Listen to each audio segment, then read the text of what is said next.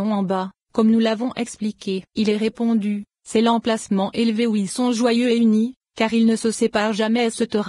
Le sujet est recopié 3 fois afin d'indiquer les 3 unions. Joyeux, c'est la seconde union qui correspond à l'influence des 3 qui sont considérés ensemble, comme nous l'avons expliqué dans le chapitre précédent. Et le sujet de leur union concerne le chefa et la joie qui les unissent. Et c'est joyeux, et c'est vis-à-vis de la première union qui est leur union depuis le début de leur émanation qu'il est dit unis, c'est-à-dire que c'est l'union de Séphiroth, et c'est vis-à-vis de la troisième union qui est l'accouplement qu'il est dit car ils ne se séparent jamais, tous les jours de l'existence, la paix se trouve dans le monde, comme nous l'avons expliqué, ils sont appelés compagnons, explication, à partir de cela, du fait que leur union est infinie puisqu'ils ne se désirent jamais l'un l'autre, ils sont appelés compagnons, car tout comme il n'est pas approprié de dire que des compagnons se désirent l'un l'autre, il en est de même pour ces séphiroth, puisqu'elles sont toujours unies et ne se désirent pas l'une l'autre, et elles sont appelées compagnons. Et c'est ce qu'il est dit, ils sont appelés compagnons. Et un fleuve sort d'Éden. La difficulté provient du fait que ce verset dise l'inverse de cela, car il est dit et un fleuve sort d'Éden et l'explication en est que le fleuve c'est Bina qui sort d'Éden qui est Okma. Comme cela est expliqué dans le Zohar sur la Paracha Mishpatim, et nous mentionnerons cette explication dans le 11e chapitre de la section sur les noms. Et voici que le verset dit et un fleuve sort d'Éden. Explication, Bina se sépare de Okma après l'accouplement, et cela s'oppose à ce qu'il est dit, car ils ne se séparent jamais. Et c'est pourquoi il est répondu qu'au contraire il existe une preuve qui va à l'encontre de ce verset. Et il est dit, et un fleuve sort d'Éden. L'Éden et ce fleuve ne se séparent jamais. L'explication est fine. C'est qu'il est dit sort et non sorti qui est l'expression du passé, car cela signifierait qu'après s'être unis leur union se divise. C'est pourquoi il est dit sort qui est le présent, car cela signifie qu'ils s'unissent toujours puisqu'il sort de lui et se dresse toujours en lui. Et c'est ce qu'il est dit, l'Éden, c'est-à-dire Okma, et ce fleuve, c'est-à-dire Bina. Et ce verset est là pour nous dire qu'ils ne se séparent jamais, et qu'ils se trouvent dans l'affection et la joie. Dans l'affection et, dans la joie. L'expression est redondante pour indiquer les 3 unions, car dans l'affection c'est la troisième union qui est l'accouplement, la volonté agréable, c'est-à-dire l'affection. Le fait qu'ils soient unis c'est l'union qui les réunit depuis le début de la Tzilut, et c'est la première union dont nous avons parlé. Et la joie c'est la seconde union, le chefa qui réjouit Dieu et les hommes. En vérité, ces 3 unions n'ont pas d'ordre, et nous n'avons pas trouvé de sens à cela. Buvez et enivrez-vous, les amis, ce sont ceux d'en bas et ce Torah. Car pour attribuer le nom amis il est nécessaire que ce soit ceux d'en bas puisque leur union se produit à des moments précis, comme cela est expliqué à la fin. Et c'est ce qu'il est dit, qui sont à certains moments appelés amis. Et c'est à cause de cela que seul le nom ami est mentionné à leur propos. Et cela nous l'avons expliqué. Il est possible qu'il ait mentionné cet enseignement une autre fois auparavant ou bien cela signifie, cela nous l'avons expliqué dans ce avec quoi nous avons commencé au début de ces paroles. Buvez et enivrez-vous, les amis. Ce sont ceux d'en bas. Et après avoir expliqué le sujet des compagnons d'une part, apparaît la signification des amis. Et c'est pourquoi il est dit et cela nous l'avons expliqué. Et après avoir établi le sujet des compagnons en haut et des amis en bas, il établit le sujet de l'action de manger et de boire. Et il est dit, viens et vois. À propos de ceux qui sont en haut, c'est l'action de manger qui est rapportée et ce Torah. Explication. Le sujet de manger c'est qu'il s'agit d'une appellation pour les choses qui se révélèrent lors de la Tzilut. À l'image du fait de manger qui ne s'applique qu'aux choses épaisses et solides. Mais le fait de boire désigne les choses qui sont plus fines que, celles désignées par, l'action de manger. C'est pourquoi Rabbi Eliezer a éprouvé de la difficulté car il aurait été approprié de dire que Okma et Bina qui sont les compagnons sont l'action de boire puisqu'Okma et Bina sont d'une finesse infinie. Et c'est pourquoi ce qui les concerne, leur œuvre et le chefa qui leur est prodigué devraient être désignés par l'acte de boire qui est une appellation pour la finesse. Et cela leur sied. Et en ce qui concerne Tiferet et Malkout qui sont plus révélés, il aurait été approprié de leur attribuer l'action de manger car cela se réfère au chefa épais et solide qui n'a pas la finesse du précédent,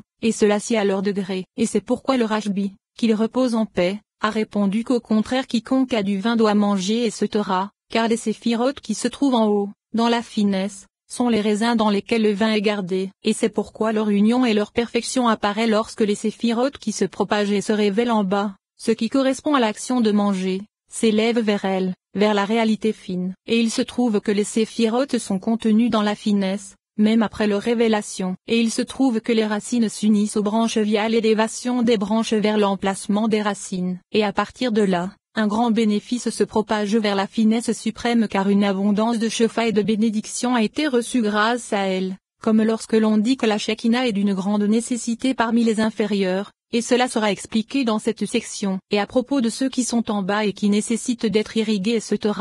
Explication. En ce qui concerne ces inférieurs qui sont la propagation, le fils et la fille dans lesquels sont contenus les 7 séphiroth, leur principe est l'action de manger, c'est-à-dire la révélation. Et c'est pourquoi ils doivent s'unir aux sources suprêmes, fines et mystérieuses, Okma et Bina, afin que grâce à elles, elles reçoivent une abondance de Shefa et de biens. Et lorsqu'elles s'unissent à leur source, et que les sources reçoivent grâce à elles le Sbefa venant d'en haut, dans la finesse, cela ressemble à l'action de boire. Et puisque l'action de manger, qui est le Shefa qui va vers leur degré en bas, s'applique également à elles, on peut également dire manger, compagnons et amis. C'est pourquoi il est répondu, car toutes les plantations etc.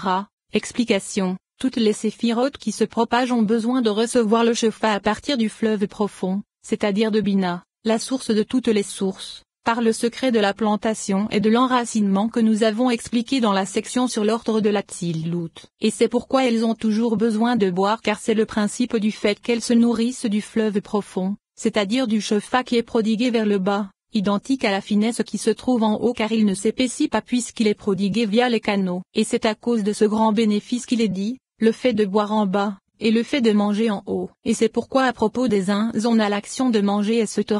Explication. Maintenant, avec ce qu'il est dit, le sujet de l'action de manger est établi en haut, ainsi que l'action de boire en bas. Et de même, le sujet des compagnons en haut et des amis en bas est établi. Rabbi Éléazar lui dit, il apparaît qu'Etc.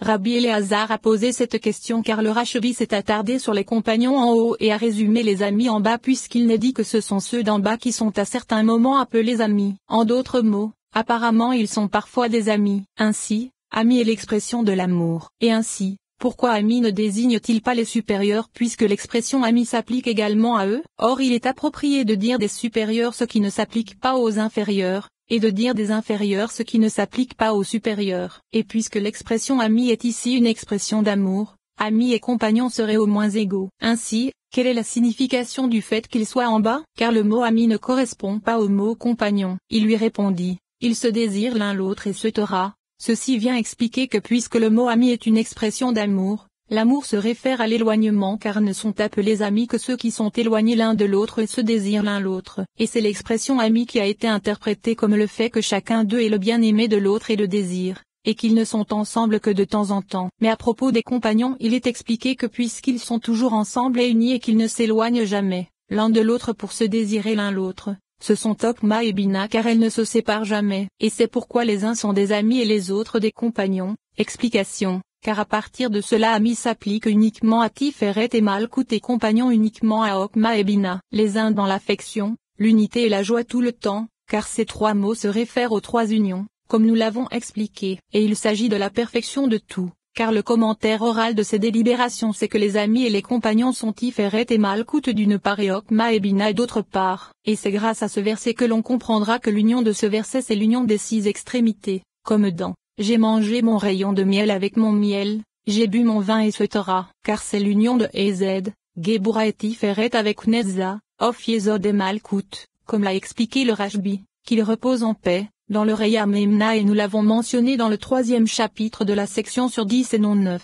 Et ainsi, comment pourrait-on appeler seulement ami accompagnant ce qui s'applique aux 6 extrémités? Et là-dessus il est répondu, et il s'agit de perfection de tout, afin que la communauté d'Israël soit bénie. Explication. Grâce à la bénédiction de la fiancée par le fiancé, c'est-à-dire l'union de Tiferet et de Malkout, et leur accouplement c'est l'union des 6 extrémités, et le tout ne forme qu'un seul sujet. Et c'est ainsi que cela est expliqué dans les Tikkunim, et lorsque celles-ci reçoivent, toutes les séphiroth reçoivent l'une de l'autre, et les anges en bas reçoivent les uns des autres. Et c'est ce qu'il est dit, ils reçoivent les uns des autres, et chacun d'entre eux tourne sa tête vers le haut, face à son voisin, comme il est dit, et ils s'autoriseront l'un l'autre. Et la signification en est que c'est lorsque Tiferet et Malkout s'unissent. Et cela se trouve dans le fait qu'il est dit que toutes les séphiroth s'unissent ensemble, ou bien cela signifie qu'il s'agit de la perfection de tout etc.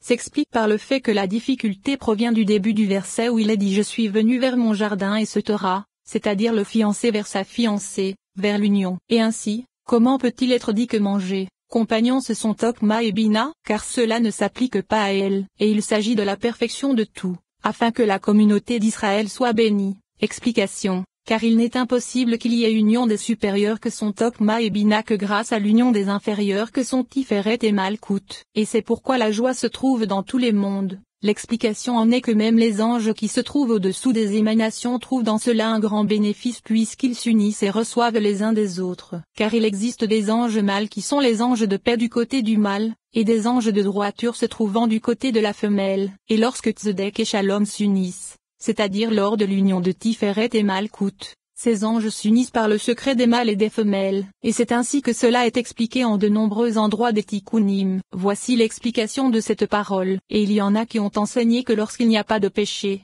que la paix se trouve sur la terre et que le temple est à sa place. Alors Okma et Bina s'unissent et ne se séparent jamais l'une de l'autre, et leur union est toujours selon l'espacement de chacun avec son degré. Car Malkout se réjouit de l'abondance de paix puisqu'elle n'est accouplée à son époux qu'à des moments définis, comme cela est expliqué plus haut. Mais lors de péché, comme au temps de la destruction du temple, il n'y a ni union ni accouplement, ni dans la Jérusalem supérieure, ni dans la Jérusalem inférieure. Et en vérité, la différence qu'il y a entre Malkout à ce moment et en temps de paix c'est que maintenant sa nourriture lui vient via un tiers. Elle se trouve dans une maison indépendante et fournit aux petites choses mais pas aux grandes choses. Et ensuite, lors d'un temps de paix, elle s'unit avec son époux dans une maison qui les réunit tous les deux, et leur sont prodigués le chefa et la nourriture à l'infini. Elle devient son épouse, et lorsque son époux s'élève, elle s'élève avec lui et ne redescend pas. Et alors, la lumière et le chefa suffisent aux grands et aux petits. Et ceci n'est pas un accouplement, car l'accouplement c'est l'union selon l'espacement de chacun avec son degré afin d'engendrer à l'image de nouvelles Neshamot.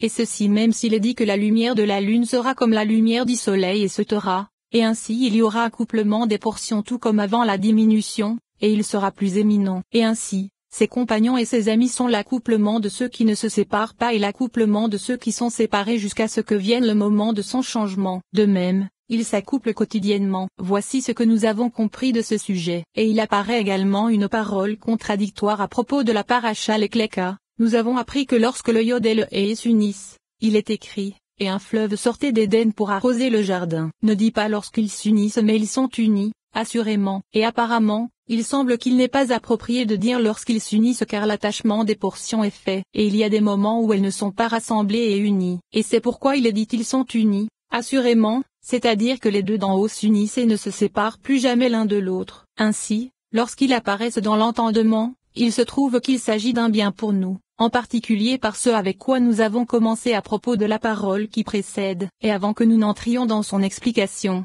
il faut que nous précisions pourquoi il est dit lorsqu'ils s'unissent. Car alors il faut dire ne dit pas et se taira. Depuis le tout début le Yod et le Hé sont unis, et ils ne se séparent jamais. Et c'est pourquoi il est dit et un fleuve sortait d'Éden. Et la raison des détours de cette expression c'est que le fleuve peut être interprété comme Tiferet ou Bina.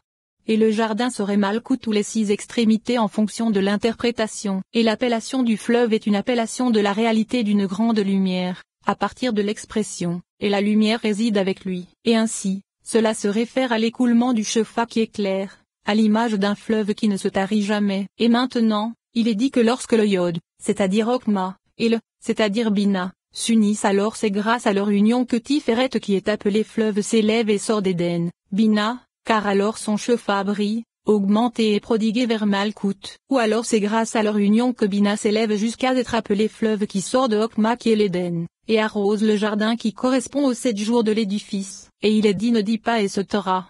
Afin que l'on ne s'égare pas en disant que l'union de Okma et Bina est comme l'union de Tiferet et Malkout qui se séparent après leur union, car elles s'unissent assurément puisque leur union dure toujours et qu'elles ne se séparent jamais l'une de l'autre en temps de paix. Et il est dit lorsque s'unissent car il existe un moment où elles ne sont pas unies, comme au temps de l'exil qui était un temps de crise, car alors il fut juré, je ne viendrai pas dans la ville, et il n'entrera pas dans la Jérusalem d'en haut et se taira, comme cela est expliqué plus haut. Ou bien il est possible d'expliquer cela d'une autre façon. Lorsque s'unissent s'expliquerait par le fait que ce serait vis-à-vis de l'aspect de leur rassemblement et de leur union qu'il est écrit et un fleuve sortait et se taira. Et un fleuve sortait s'expliquerait comme cela est expliqué plus haut. Et cela vient nous dire qu'il s'agit d'une chose éminente que le sujet du fleuve et de sortait, et que cela s'explique par le fait qu'il sort toujours et ne se tarit jamais. C'est-à-dire que cela se réfère à l'aspect de sa connaissance. Et il est dit ne dit pas afin de ne pas s'égarer en disant que le sujet de lorsque s'unissent signifie qu'il existe un moment où ils ne sont pas unis. car ils sont toujours unis, lorsqu'elle a pour indiquer que ce sujet se réfère uniquement à l'aspect de leur union. Et il est possible d'expliquer le sujet du rassemblement comme cela est expliqué